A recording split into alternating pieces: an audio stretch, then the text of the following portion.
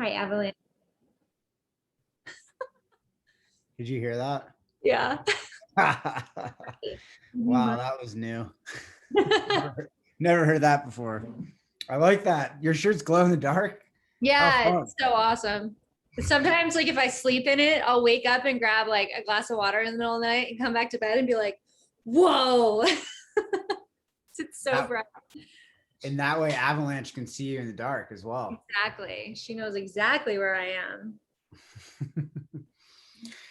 Oh, well. Is that Remus? I see a Remus. Oh, look at that. Avalanche. Look, it's Remus. I'll have to find Yeah. Bowie. She's asleep. You guys would be best friends.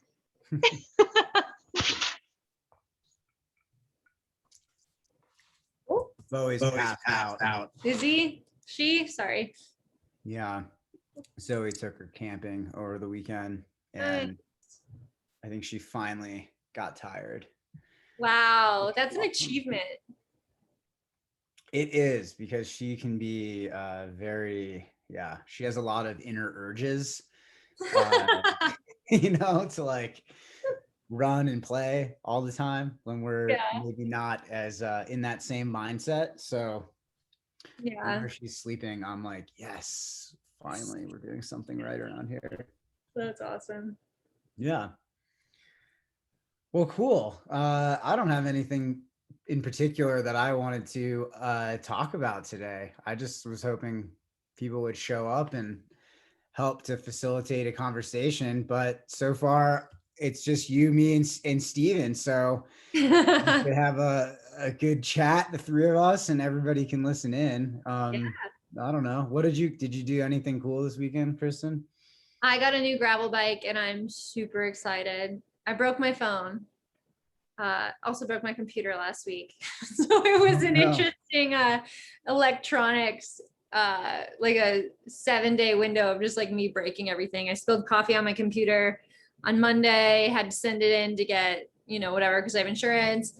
And then on Friday, my new bike came in. So Colin put it together and we went for like a 30-mile ride on Saturday. And I'm still getting used to clipping pedals. Oh yeah. Did you take a fall? Oh yeah.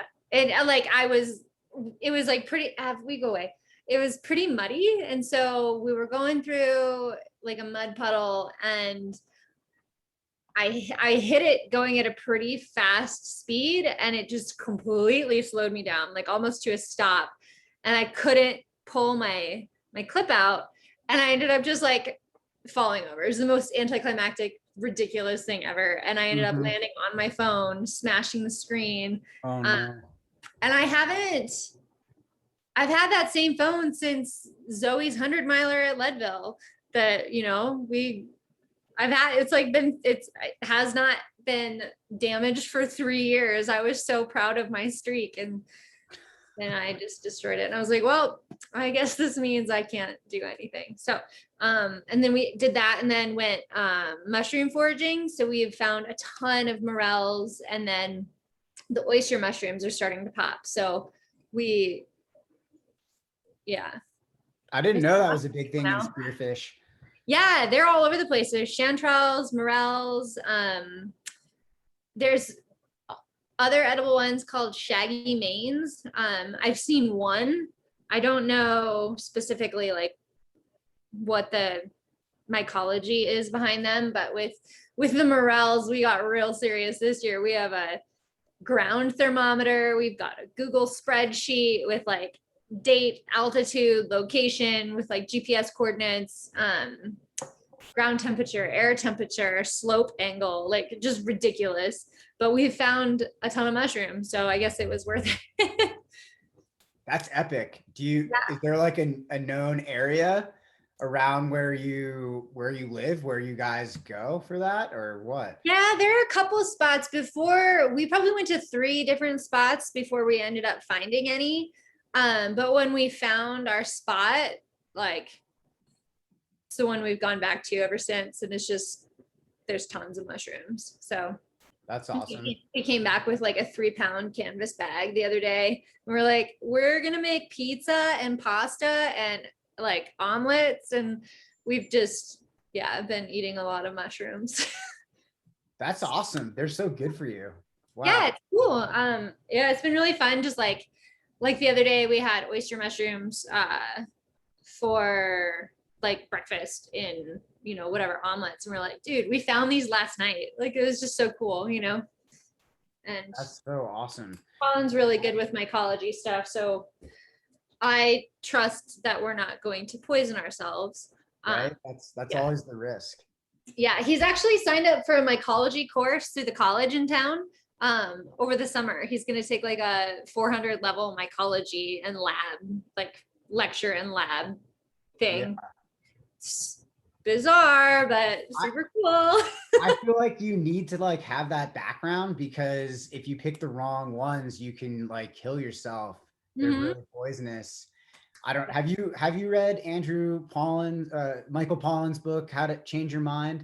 It's Yes, about yes, psychedelics, but like yes. there's a I started reading chapter. that after I saw it at your apartment. Um, Yeah.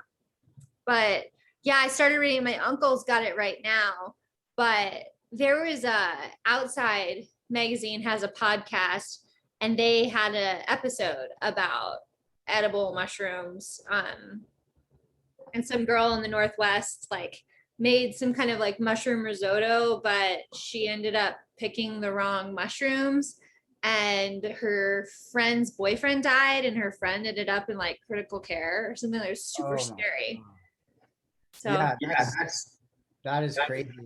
The only yeah, there's a chapter in that book about, how particular you have to be with picking the mushrooms, and ones that are edible and ones that are not. mhm. And it's a real expertise. Yeah.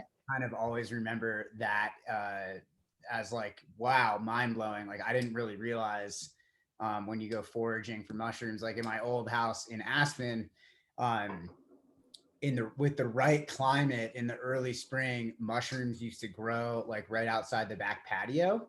Okay, like the little brown ones. Like Yeah. And okay. like I never, was like, oh yeah, those look good for my like ragu or something.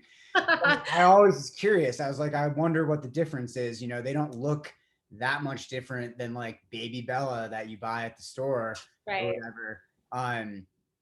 And then I read Michael Pollan's book and was like, wow, like you better know what you're doing, or you get yourself into some serious trouble. So it's Yeah. actually really cool that Colin is into that. That seems like that's such a niche thing, but It is. It's really cool too because he uses this app called iNaturalist, and I've started using it too. Or he's got like a couple hundred observations is what they're called. So if you find like a wildflower and you don't know what it is, you can take a couple picture of it and then you submit it, and it's an online community where other people can identify what you observed, and so there are different categories and like groups within that, sort of like Facebook groups or yeah, Marley knows what I'm talking about. And so we're in a mycology group, we're in a Black Hills specific like wildflower group, and it's just cool because you kind of get to like nerd out on plants, which I enjoy doing. yeah, that's awesome.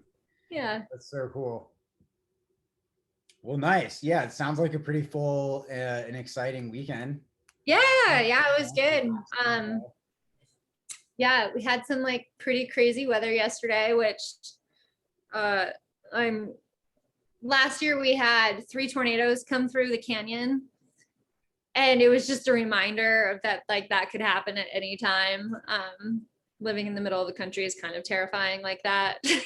Yeah.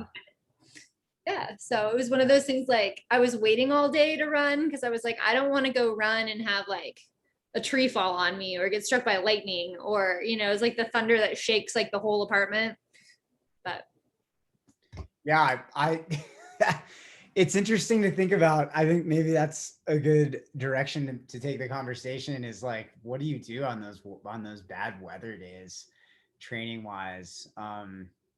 yeah, I If you like don't take it the training direction, I'll talk about something else, because after like 8 hours of training and coaching a day, I don't think about training and coaching anymore, and I like shut it down. But mhm. I really like this topic, actually, Kristen, because it's hard to decide like when to go out? Do you try to beat the storm? Do you just suck it up and like put on your raincoat and go out in the storm? Or do you wait? And then like, obviously the bad part about waiting is if the storm never lets up, Exactly. then it's 9 o'clock at night, you're still waiting.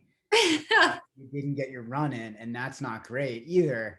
I mean, I've been in situations where like I've run through thunderstorms before. Like in high school, I used to like wait for the thunderstorms in the summers, and then I'd be like, all right, now I'm gonna go run through it because it was so fun. Also very dangerous.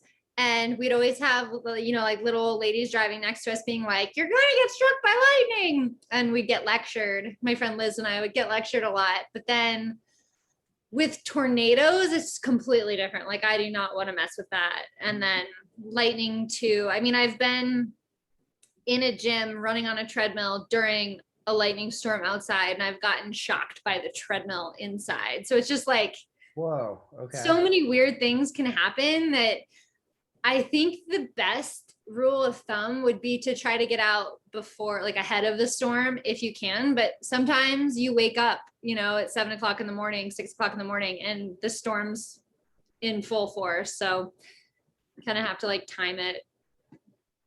Yes.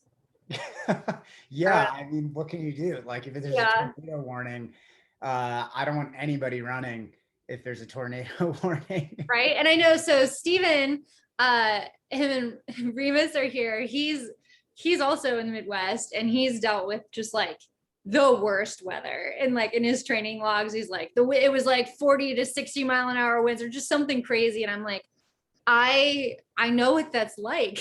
Like try to run inside if you can, but it just gets so crazy, and I think I posted something in the Facebook group a couple weeks ago where I was like, to all of our Midwest athletes, like, I see you. Yeah. Like, you guys are tough as nails.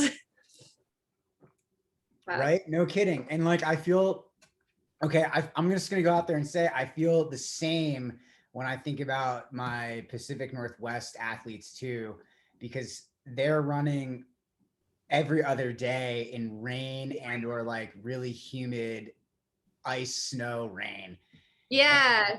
And like, especially, yeah, like when I used to live in Oregon, you can get, oh my gosh, you can get just like any season of weather in the same day. Like it can go from like being beautiful and amazing to being like hailing, full on blizzarding, and then just a torrential downpour to the point that there are like mudslides happening. It's crazy. I know, who would have thought that like we have it so easy here in Colorado. We just like, all right, it's just snow, wildfires, or it's really hot. Yeah, as long as you're down from the 14ers before the storms roll in, usually you're safe. I don't know. I was up on Shivano and Tabawashi a couple summers ago and was like trying to outrun the storm, like trying to get to tree line before the lightning started. And I remember jumping into my car and it just like whoosh downpour, and I had like just made it, but I was so scared, like running so fast, just trying to get out of it. I think that like is sort of like, okay, weather rules. Try to get out before the storm. Bring the right gear in case you get caught in the storm. And if it's really coming down, if there's a tornado or a thunderstorm, it's a good idea to go inside and practice a little self-care, reinforce healthy boundaries and a healthy mindset with regard to the training. I think sometimes people, we really want to force the runs because you get really attached to like wanting to stack one brick on another brick every week and working towards your goals. And it's, and that's an amazing thing, right? Like if we don't do that week after week and month after month in running, you don't get better. And then you show up to your race and you're not prepared and it hurts and it's really hard and all of that. So yes, there's like, you got to stay consistent, but also you don't have to put your life at risk in order to stay consistent. Yeah, it's just running. It is just running. And even though the goals are meaningful, my goals are meaningful to me, yours are to you. And, every athlete here has goals that are very meaningful to them. I always look at this through the lens of like, you know, the terrain, the running, that forest that you like to visit, it's not going anywhere. It'll be there tomorrow. So don't, you know, risk life or limb to go out on and do that day. I think sometimes it's the same thing with injuries too. You know, I have athletes who are like, oh my God, I had to just get out there. It was negative 20 degrees, 60-mile-an-hour gusts. I'm like, you could have, you know, you're really tough. You're super mentally strong. But if you do that too many times, you could be like using too much mental toughness. And then when it comes to race day, you've expanded all that you've already got in the training process. And so sometimes it can be a little bit beneficial to take a step back on those days, save that, you know, extra effort to get out there on race day and have something more to give. It's a really interesting, I think for me, it's an interesting thought experiment with like the psychology behind decision making and things like that. I think especially I've seen, especially in myself, a lot of growth there where, you know, when I was first starting out as a coached athlete, like 4 years ago or whatever, I was really determined to get the work in done every day. But then when you see how consistent you are in the context of several years of doing that, you realize it's okay to loosen your grip a little bit.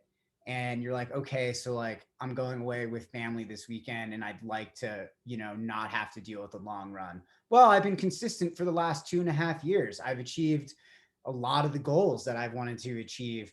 Like I realize now that those goals didn't hinge on like the success of any one run. It was kind of how all of those runs fit together over time. And so you can loosen the grip and be like, all right, you know, I can just do a short run this day, you know, stay consistent, but I don't have to take 4 hours to do it. Yeah, I think I learned that a lot, I guess, with my athlete Steven. He's on the call, and gosh, just middle of Wyoming in the winter with crazy winds, crazy snow, crazy like cold temperatures. Like it can be 0 degrees and there can be a negative 20-degree wind chill. And it's the wind chill that's also blowing at 60 miles an hour that just is like, man, like the guy tough as nails. And he went and ran quad rock a couple weeks ago, and I was like, this is going to be the easiest thing in the world.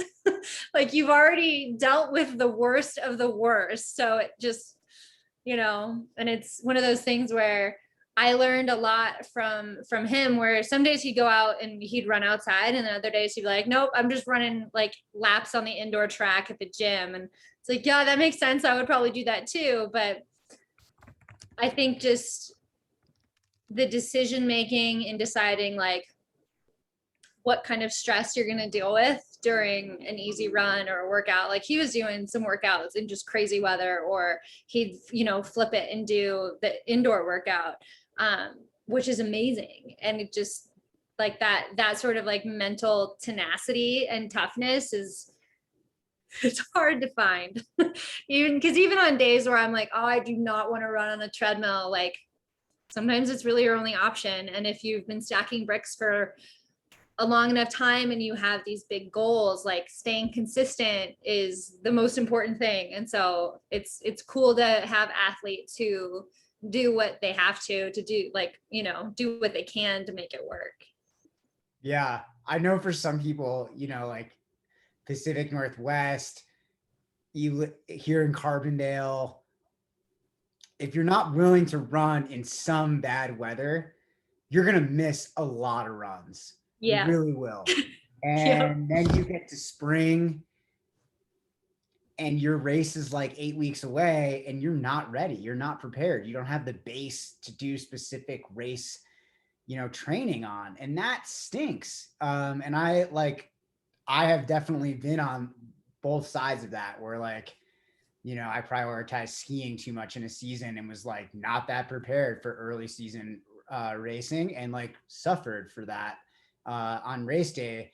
And, you know, had seen the other side of it where it's like, yeah, you know, eking out a couple extra, you know, tough snow days or like runs where it was raining, you know, spring like yours can be the worst because it would be like last year was really bad. This year it's either been warm and downpour or just sunny. But last year it was like these mix like rain, snow.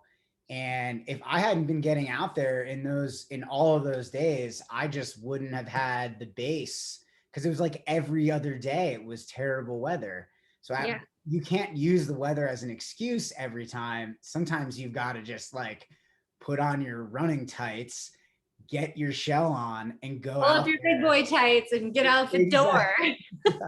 Yeah. And I think that that's really important too, because I mean, the weather on race day isn't always perfect, Yeah. like you can't control the weather. All you can do is control your reaction to the weather and how prepared you're going to be. So have the right gear, have the right mindset that like, the race is going to kick off no matter what. And if you're not training through similar kinds of weather, like you're going to be in for a pretty big reality check come race day. So I think just having the ability to adapt is really, really important. Yeah. And I'm getting some comments here, which Yeah. is awesome. It looks like there's a strong consensus that people enjoy running in the snow most of the time, but running in serious downpours is not fun. And I would totally agree. Um, it just reminds me of this day last summer where Zoe and I were trying to beat the weather, and we drove from our house here in Carbondale 30 miles to Aspen, or 24 miles to Aspen, not quite 30.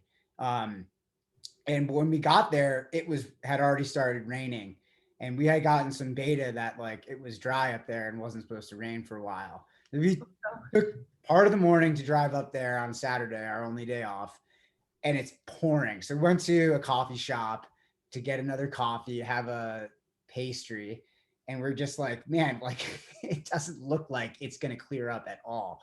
Like what do we do? And both of us were like, well, we have races coming up. Like, are we gonna like really not do our long runs today? Like we drove all this way, and like we just have to get out there. It's not going to be pretty, but we've Mhm. got to just, do it. And I had like, brought some rain gear. So like I had a jacket.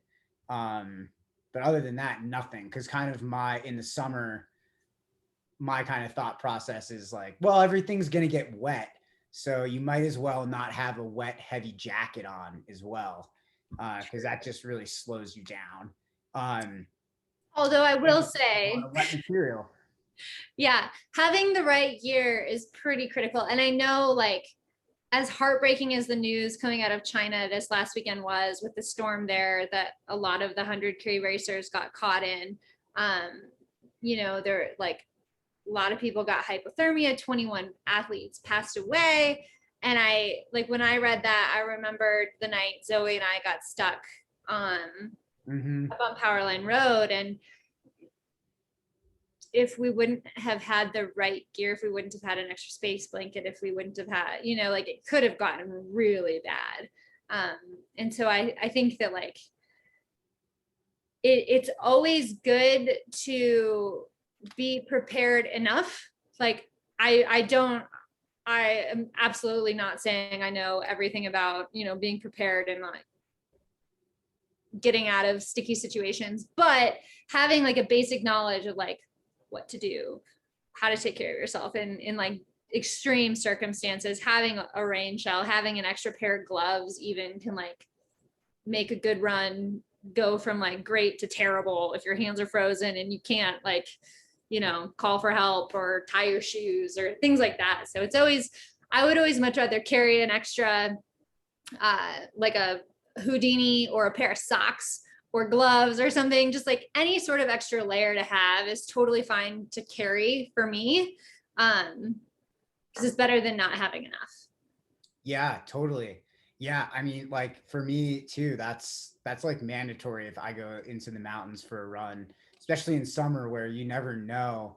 The clouds can really in Colorado, the clouds can really collect in the mountains very quickly, and then before you know it, you're in a thunderstorm.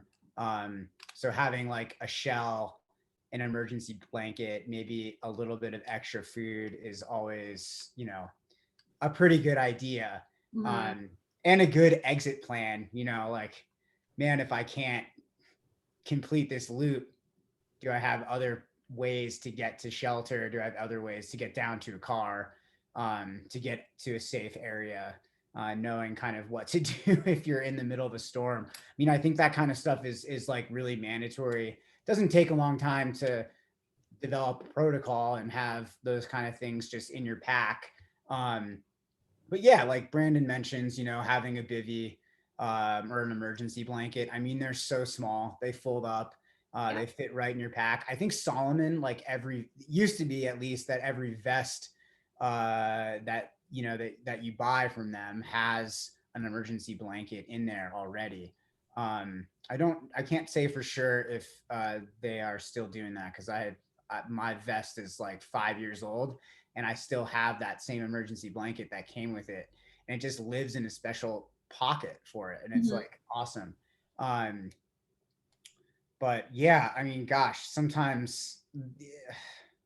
so sometimes it's better just to stay home too, if like that timing isn't going to work out, kind of like with Zoe and I on that particular day in Aspen, like we went and ran like 16 miles and I was so wet at the end and used so much like mental power to like complete the run that the whole next week I was like exhausted. And Mhm. then my next long run was like really poor quality. And so it probably would have been like more advantageous just to have been like, well, I'll try to do, 6 to 8 miles today, like really easy. It'll just take an hour.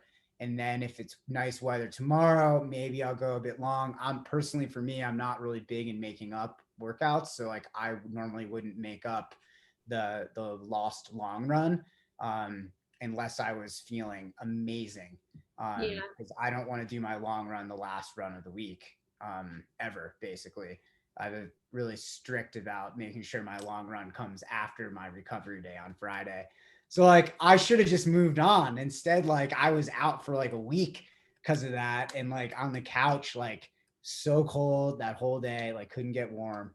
Um, yeah, and so like I don't know, like sometimes there's a point where you're like you got to get out there, and other times there's a point where it's like you can pump the brakes, loosen your grip around the training. It's not gonna like be the end all be all missing one run, and that's not gonna be the end all be all of you having success on race day or not, given that you've completed your prescribed training the vast majority of the time leading up to that, that moment or your race, which Yeah. is always like a hard line for athletes to understand. I think when they're first starting out with training, it's like, where is that line? Like, how have I been consistent? Have I not been consistent? And I think it goes both ways. Like I see in the comments here, this question about heat training, and it's like that takes some serious adaptation too. Yeah.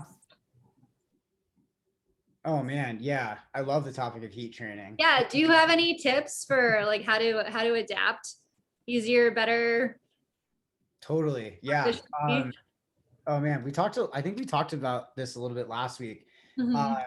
but one, the first thing I think when, thinking about the heat is 80 degrees plus would be considered heat training.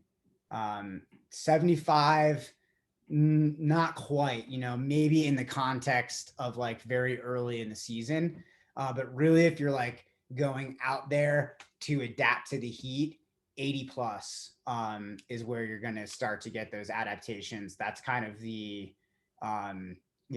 using like 100 degrees in the lab when they are testing athlete blood volume, blood plasma volume level, when with these heat training protocols. So 80 degrees plus, around 60 minutes of activity is great. The key really is like two things. One, going extra easy.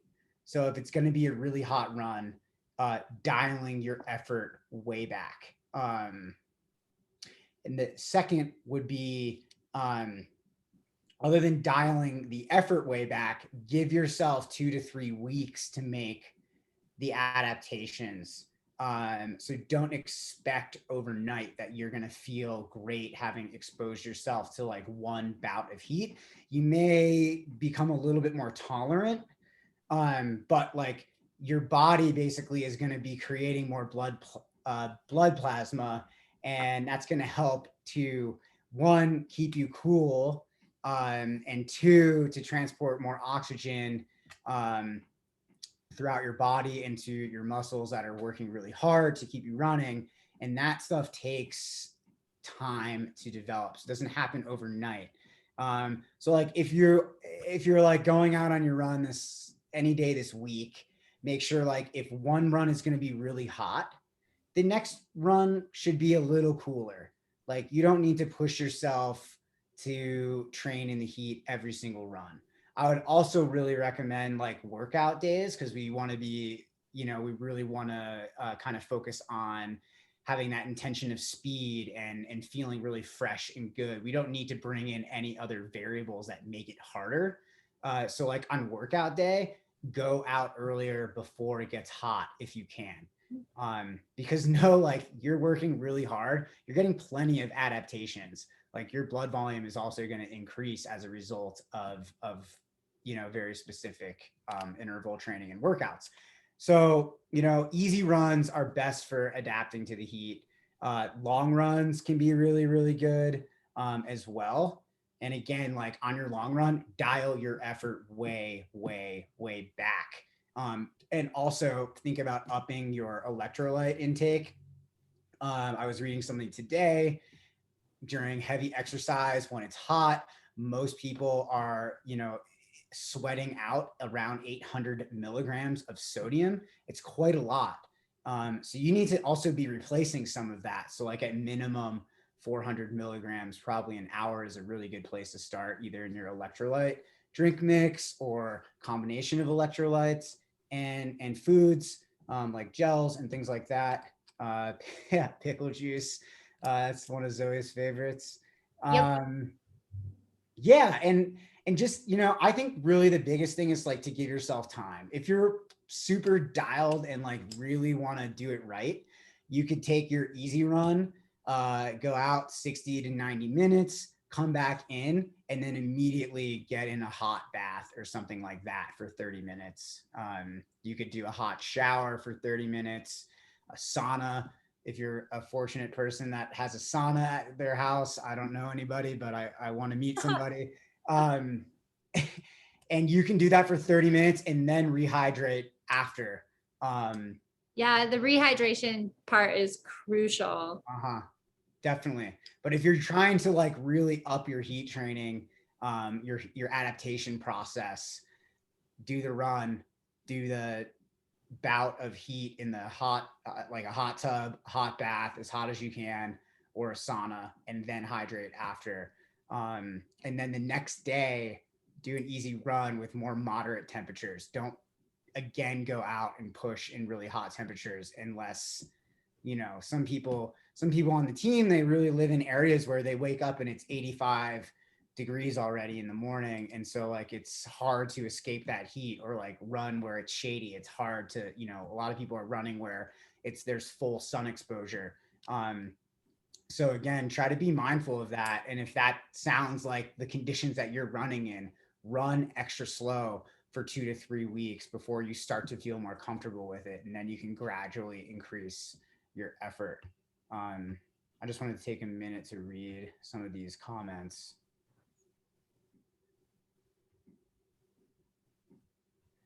Yeah, I think that's a great, Steven. Yeah, that's a great tip, right? Like, if you've been out in the heat for a long time, um, let's just use my example of this adaptation process where you go for a 60-minute run and then you get right in a hot bath immediately after at your house. You don't necessarily want to then follow that up with an ice cold shower. You really want to like gradually bring your temperature down. So your example, you're doing a hot run outside, you're going to the shade for the cool down, and then you're going home. that gradual process is much more effective. And I would definitely recommend that. Yes. What are your thoughts about I mean, I know that like in Eugene and Boulder, we used to go for really hot summer runs and then, ice bath in the creek. Do you have any like good, I bad? I think it just depends as long as you're not going from one extreme to the other. Yeah, I mean, I definitely think that going from one extreme to another can be problematic if you're really trying to build your tolerance for the heat. You really want to stick to like the protocol, which is like a gradually cooling down after the run. Um, you don't need to jump into an ice bath. If you go and take a hot bath a couple 2 or 3 times a week after your easy runs, don't take an ice cold shower right after. Take a warm shower slash like hot-ish shower. Gradually bring your core temperature down. It's going to be much more effective. I think if given there's enough time after you fully cooled down, rehydrated, that you want to like go and jump in the river, some people really like that. I personally, and I've talked about this before, I'm not a huge fan of like the cold protocols, at least for me. Like, I'm not a very flexible person. I carry like exceptional amounts of tension in my body all the time.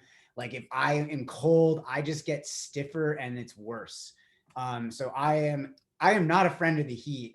It takes me so long to like adapt to the heat, but I'd rather be warm in a training context than cold, because my muscles actually, I feel like they do better when they're warm. Like, they are more elastic and things like that. Like, I have a little bit more range of motion. I'm not quite as stiff. I generally feel better. There's less aches and pains. So yeah, I mean, some people really love ice baths and stuff, and I don't want to be the one to tell you not to do the thing that you love to do. But for me, that doesn't work, and it definitely isn't good in the context of trying to adapt to like the heat. Again, like, it's all about that gradual cooling down after the exposure. Cool. Yeah, like, there's definitely some more comments in here. This is awesome. Thanks, guys. Oh yeah, we have some questions about the best clothing in the heat. Um, I am not sure really what the best clothing is. I think it's like as little clothing as you can wear. Um, that you're as little clothing as you're comfortable wearing. Really light garments that are definitely not made of cotton, that are made of materials that help that dry quickly or wick the sweat away. Is a kind of a general rule of thumb. Um, yeah, I think especially like for your footwear, like your socks, something that's really overlooked sometimes by athletes. Make sure your socks are like really light, and make sure that they aren't like super absorbent, because if they're really absorbent and then they just get wet, your foot's just sliding around in this wet sock and you're going to get Yeah. blisters. So you want to make sure that like your socks are fast drying too. It really depends. Like, if you're like CT, who asked about like running in humidity, which, basically it's the same process, right? It's like 2 to 3 weeks in humid temperatures, running a lot easier on your easy days, trying to do your workouts when it's less humid, probably earlier in the morning. That adaptation process takes a little bit of time, but eventually you get used to it. You get used to like how like drenched you feel, or maybe you don't. Maybe you always just kind of fight that. Nobody likes humidity. Yeah, but it takes some time. I think also, making sure that you are wearing the right clothing, particularly for me, like, it's the right socks, socks that dry really fast. I like merino wool socks. I've also thought stance socks were pretty good in the past, especially for when I was doing races where there were a lot of like water crossings, so your feet were just going to get wet. Those dry really quick. So definitely recommend those. Gosh, what else is going on? There's so much in this chat. I need like a chat monitor. Let's Yeah, see. Jason. Yeah, thanks, Jason, for the uh the reiteration of keeping your core temperature up. Yeah, and you can also go the other way. That's very true. Like Annalise, she writes that sometimes, wearing a little bit more clothing really protects your skin from the sun. Um, as a very, very pale person, I can understand personally the need to protect the skin. I will get a sunburn so easily. I'm huge into, I actually get like 50 plus what is Yeah. SPS sunscreen. Yeah. Um, but I use the kids version. One, it's cheaper, it has less chemicals, and I've also found that it works more effectively. So I use a lot of sunscreen. I reapply. I sometimes wear a hat. I always wear sunscreen and sunglasses. But I actually I can't do the long sleeves on a hot summer day because I just get so freaking hot. Like I have to dump water on a hot day with full sun exposure in Colorado. I'll bring extra flask to dump water on my neck and things like that because the heat, it affects me, and I feel like it takes me 6 weeks to adapt. It takes other people 3 weeks, or whatever. But yeah, and I think the zinc can be really helpful, especially if you're on the nose. Um, oh man, there's I just so feel many like things. nose, ears, and neck are Yeah, usually the exactly. spots. Yeah, I started running in a bucket hat last summer just because it like covers everything, and I was like, oh, I look like such a nerd, but I never got sunburned. But the sunscreen that I use is basically like it's like skin mayonnaise. It's just like super thick, like the thickest of zinc oxides. It just like turns your skin almost purple.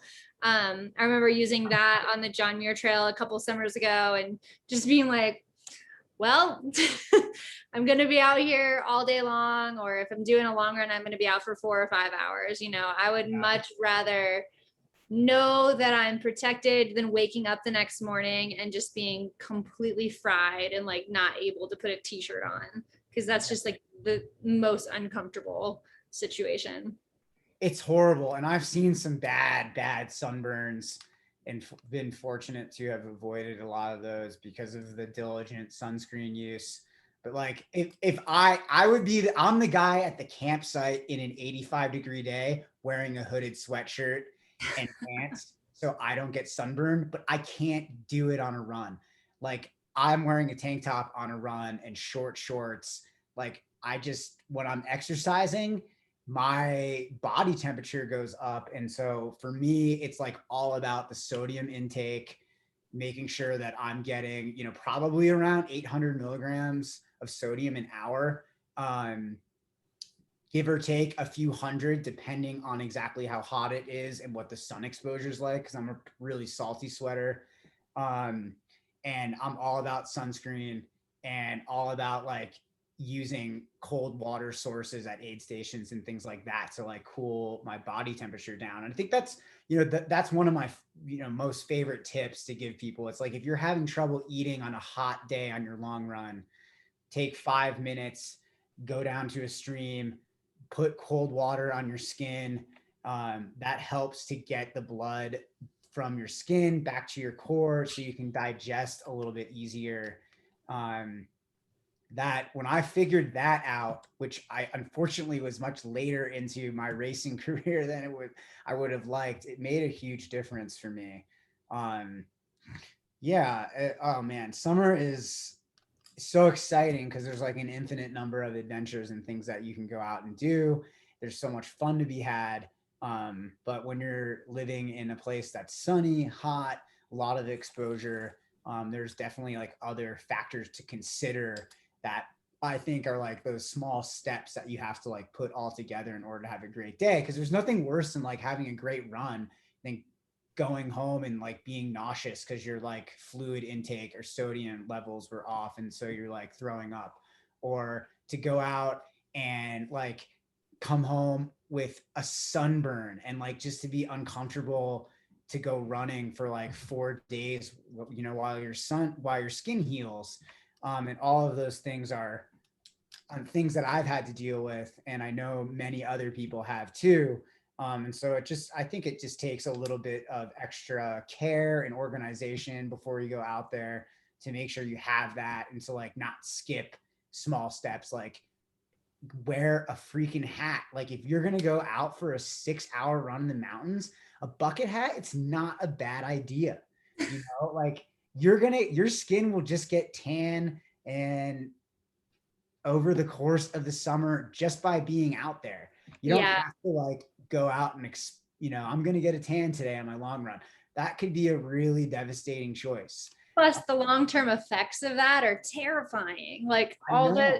the research coming out now and all the studies that have been done over the past like 30 years is like the sun is scary. It is I don't know. I always think of that like Beavis and Butthead episode where Beavis is like crawling through the desert and he's like, the sun is bullshit. And in a lot of ways, like it kind of is, especially when you get in situations where you can either damage your skin, you can, like TJ was saying, you can get nauseous or get some sort of like sunstroke, heat stroke. Like those are real things, and they Yeah. feel terrible. I've had both of them. I would not wish that on anyone. Um, so I think just, the same way that you would take care of yourself in winter by having enough food and enough layers, like it's like that, but it's a different component. So you still, like, even though it's summer and it's nice out and stuff, you still have to take care of yourself and make sure that you're living to run another day. Yeah, exactly. It's the same thing. It's like, I'm not going to necessarily go running when there's a tornado warning, because tomorrow the sun could be shining and there's like less risk for my health. I'm going to put sunscreen on when I go on these long runs. It's just kind of smart, especially because I'm not the kind of person that can get away with the long sleeve out there on a long run. Um, I don't know what it is. I have tried many times. It ends up just me with my shirt off with a sunburn. And so that's, that doesn't work well. Yeah. And it is a lot. Like in summer, you have different things that you have to take care of. In winter, it's like, I can't leave the house with cold feet. I've got to make sure my shoes are warm before I leave. I get a really good warm up in, like my feet are feeling good. In summer, it's, you don't leave the house without your electrolytes. Mm-hmm. Don't leave the house without putting sunscreen on. Now for me, it's don't go out on your long run without packing a cooler with cold drinks for after the long run, because you can't expect to have any fluids left in your vest when you finish that run that you're going to drink in the parking lot. Like that's a mistake that I make all the time. It's like not having drinks in the truck, and then I get to the truck and I'm tired and I'm hot and I need something more to drink, and there's nothing there. It's Yeah, like, I've done that so many oh, times where I just show up at the like closest gas station and I'm like, give me everything you've got. Like I'll take one of everything. And I just like, when I do that though, like I know that like drinking your calories after a long hot run is not ideal. And like, we could table this for Kylie later, but I don't know. I just think that having enough electrolytes and fluid with you throughout a long run, whether, like if you've got a filter and you're going to be out all day in the backcountry, like cool, great, use it. But definitely like think ahead and think about like what you're going to want as soon as you get done. Like if it's a cold beer, awesome, pack it, put it in the cooler. If it's a Diet Coke, awesome, pack it, put it in the cooler.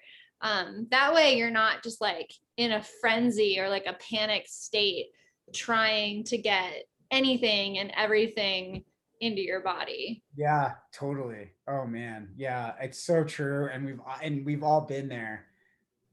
I definitely have, because I'm Yeah. more of the person that on a Saturday morning, I'm like, I need to get out, get that run in. And so I'll always like forget like to pack extra stuff for after the run. And, recently Zoe's been like reminding me by getting the cooler out and things like that. Yeah, like a PBR for mile 30, for 40, mile 40, Stephen. Nice. Exactly. That's hilarious. Yeah. Chris asked a good question about like when to know if you should take a salt tab or not. I don't want to sound like an expert on salt tabs because I have never used them. I have always used electrolytes um, in sport drink and in the food that I eat. However, the general like kind of protocol behind that, not based on my experience, but based on kind of what Kylie would recommend and other nutritionists, is one, how many milligrams of sodium are in that salt tab. You need to know that first and foremost. Two, you need to know how many milligrams of sodium are in your water bottle. Because when you're drinking that and you say you're drinking 16 ounces of electrolyte drink mix every hour, let's just say that most of those brands have 300 milligrams of sodium in them. I actually don't know how much is in a salt tab, but let's say there's 100 milligrams in there. So that's 400 milligrams of sodium in a salt tab, 100 in a salt tab, 300 in your bottle. And then if you have 2 gels an hour, which is probably the minimum that I would like to have athletes eating, 200 calories an hour, those probably have 100 milligrams of sodium in them each. So we're up to what, 600 milligrams of sodium. The average person like expels around 800 milligrams. So yeah, you're probably right in that range per hour. Something that you can definitely like more concrete is like, do you taste salt in your mouth when you're sweating? If you are tasting salt on your mouth when you're sweating, or in longer races, longer runs, you might actually start to see kind of that like salt band around like the sweat marks on your shirt, on your pack. If you start to see that, that could be a good indication that you might need to take an extra salt tab. But be mindful that you're doing that while also getting plenty of fluids in, because the fluid to salt balance is like really, really critical. So, I would start, for most people, I would start around 400 milligrams of sodium an hour. If you feel like your performance is decreasing, or if you have a lot of salt in your sweat, maybe, 30 minutes to an hour after you've consumed that like first round of sodium, try taking like an extra 100 milligrams or something like that, or 200 milligrams. I wouldn't go up in increments much steeper than that, because that could overload your system, especially if you're not putting enough fluids in. Again, these are all things that like are so highly individualized that you have to just practice them over the course of like, 8 to 10 long runs before like your key race. It really takes a lot of efforts to like dial it in. And even me, I've been doing it for a long time, and like I don't do salt tabs, but I'm actually thinking I might start trying them this summer, because I feel like as a salty sweater, it would really help me to have more sodium that doesn't come from electrolyte sport drink, because the drinks are really sweet for me. So I get a little sick of them after a couple hours. So I'm kind of interested in new ways to get extra sodium and not like have like this sweet taste in my mouth that almost all makes me thirstier sometimes. I don't know if any of you guys have experienced that. Yeah, and I know that there's definitely ways to tell too. Like if your fingers are swelling, you've probably had too much water, and you could use some salt to like get that down. Or if there's just like all sorts of like weird tips and tricks that I've learned from people throughout my like trail running career. I just remember a woman telling me like, oh yeah, this is why I always run with rings on, because if it ever feels, my rings feel tight on my fingers, it's because I don't have enough I'm not drinking enough water, or maybe she said I'm drinking too much water and my fingers swell, you need more salt. And Yeah. that was like a good indicator. And I was like, oh my gosh, that's so brilliant, because how else would you know? You know? Exactly. Yeah. I mean, there are certain there's certain body feedback. There's certain little cues, that you can get. For me, one cue that I don't have enough electrolytes is I start to feel a little dizzy. Mm-hmm. Um, that's something that I was kind of experienced on the last couple of runs I did, which has led me to this point of thinking that maybe I need to get a little bit more electrolyte in. And I noticed, I've changed up my gels a little bit this season, and they don't have as much sodium in them as the gels I was using before. So, I've got to really look at that specifically and make sure that I'm dialing that in, because I've got a race in 8 weeks or something. And I'm going to want to know very specifically what I'm putting in on race day, so that way my performance is the best that it could possibly be. Mm-hmm. We're almost out of time, but there's a great question about Aqua Mira, and I'm a huge fan of carrying Aqua Mira. I used that on several adventure runs that I did last year, Annalise, and I think it's great. It kind of stains your flasks a little bit, but it's not that big of a deal. And as long as you're kind of forward thinking with it, because it takes 15 to 30 minutes depending on which brand you have and what combination of little tabs. But you want to make sure that you have something to drink while you're waiting for that water to purify for the 15 to 30 minutes. So something that I do on my runs is drink a flask, fill one up, put Aquamira in it. I've got another flask to drink while I'm waiting, and then kind of stagger it. But yeah, Scott mentioned the Solomon filtration that screws right onto the top of your flask. That is huge because you can drink right out of your bottle right away. I've used those, and Zoe has too, and we really like them. In the summer, actually, I'll run a lot of my runs with one bottle, just having that, just in case I get low, and I know that I can just fill up from basically any river that I cross, or Yeah, run. those Solomon soft flask filters are a game changer for sure. They're expensive. They're like $35 or $40 Yeah, per cat, but holy cow, what a time saver. it's really worth it. Oh, and Scott mentions they're on sale, so Cool. before your Memorial Day weekend adventures, you guys could maybe get one for one of your bottles, and it's totally worth it. Yeah, I agree. Well, cool. Thanks, guys. It was really fun to chat. It was nice to just continue to dive into the heat training and the fueling for summer runs, and just to talk a little bit about how ridiculous running in bad weather is. Um, yeah, and we've written some blogs and things like that on these topics. So if you guys need any more specifics, especially on hydration, I would refer to the nutrition resources section of the newsletter. It kind of has all of that right there. Boom, boom, boom. And you can look up all the very specific information there to try to help you kind of get started with that process. Yeah, and just get started with it, and from there you refine it over time. But cool. Well, thank you. Thanks for joining. We are not having calls on Friday and this coming Monday. So I hope to see you guys in a week and a half or something for Rapid Fire Friday. Coach's Yeah. Corner. One of the Coach's Corner. Coach's Corner. All right. Yeah. If you guys have any questions, send them in before then. Please, yeah, send questions. We always like to have a solid 20, 30 questions on. Yeah, it really helps. All right. Thanks, guys. Have a great night. Bye, guys.